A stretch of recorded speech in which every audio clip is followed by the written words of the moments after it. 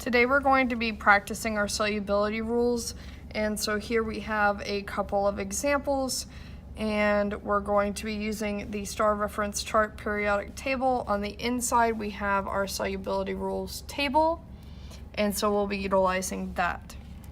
Now on the reference chart, normally they are classified by the anion, which remember is going to be the negative ion, and for ionic compounds it goes cation, then anion. The bad guy, the negative, goes second. So that means my acetate ion of my ammonium acetate compound is going to be my anion, so it's going to be the one that I'm going to be searching for on the reference chart. So here I have my reference chart. I'm going to see if I can find C2H3O2. I do, I see it, and I see that it is inside of this top solubility part, which means that it is generally soluble. I just had to check exceptions. I see that there are no exceptions for acetate. So that means that ammonium acetate is going to be soluble. And why is it soluble? Well, it's soluble because acetate, C2H3O2, is always soluble.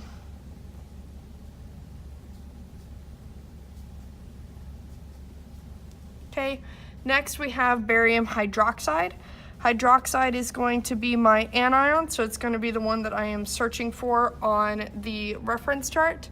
Whenever I find hydroxide, I see that it is in the second part of my reference table. That means that it is generally insoluble unless it's bonded with ammonium, alkali metals, which remember are the first category, the first column of metals, calcium, strontium, or barium. Since I am bonded with barium, this barium hydroxide compound is going to be soluble, and the reason it's soluble is because barium is an exception for hydroxide. Okay, my next set of examples, I have sodium hydroxide. Hydroxide again is going to be the anion. Whenever I find hydroxide on here, I again find it in the generally insoluble category.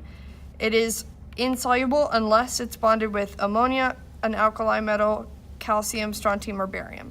I don't see sodium listed, but I do see that there is a classification, alkali metal cations, so I'm gonna go ahead and I'm gonna check to see if sodium is part of the alkali metals. The alkali metals, remember, are the first column here, and sodium is inside of that first column, which means that sodium hydroxide is soluble, and it's soluble because sodium, being an alkali metal, is an exception for hydroxide. Next one we have here, we have rubidium nitrate. That nitrate, NO3, is going to be our anion, so that's what we're going to search for on our reference table. Whenever I find nitrate, I see that nitrate is in the generally soluble category, and I see that it does not have any exceptions, which means that nitrate is always going to be soluble. So is rubidium nitrate soluble? Yes. Why is rubidium nitrate soluble? Because nitrate is always soluble.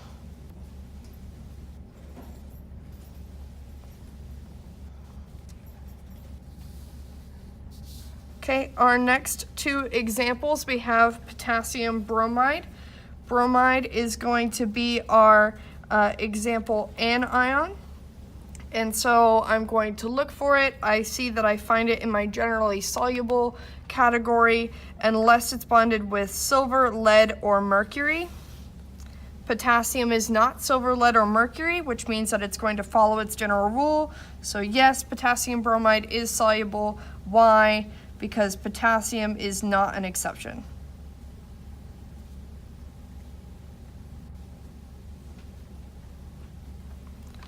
Okay, next we have lead to carbonate.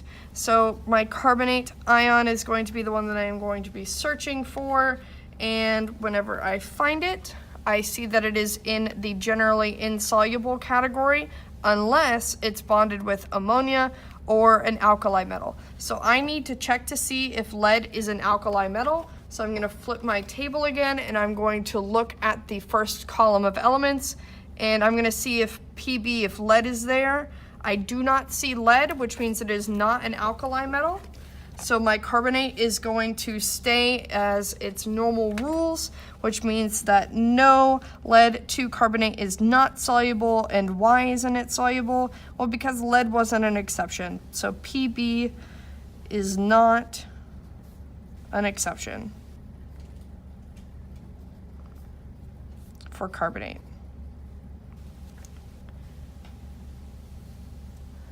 Okay.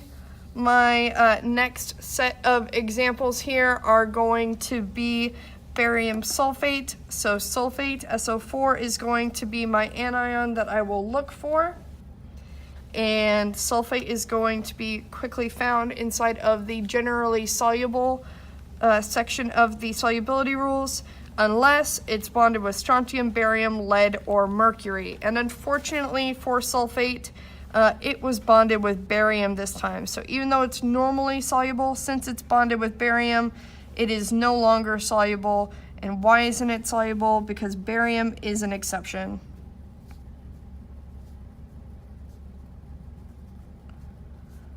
for sulfate. Okay, this next one we have silver acetate. Acetate is going to be the anion that I am going to be searching for. Whenever I pull over my solubility rules, I see that acetate, C2H3O2, is found in my generally soluble category, and I just need to check exceptions. I see that there are no exceptions for acetate, which means that acetate is always soluble. So silver acetate is in fact soluble, and it's soluble because acetate, C2H3O2, is always soluble.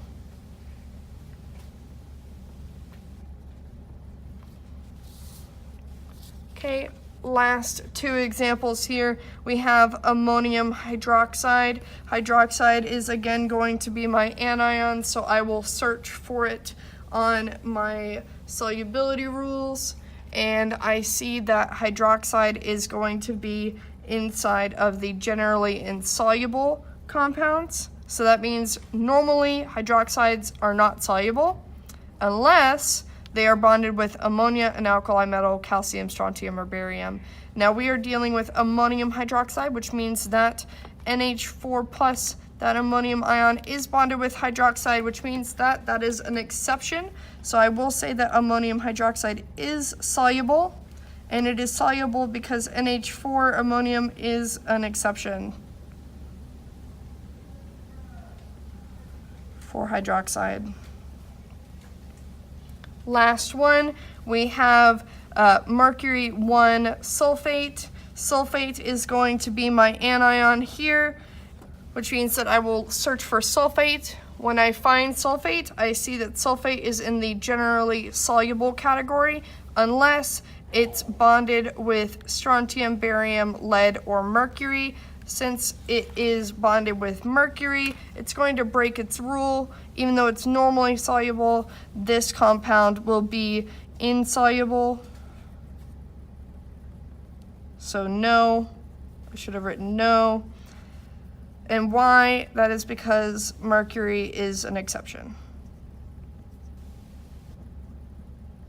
for sulfate.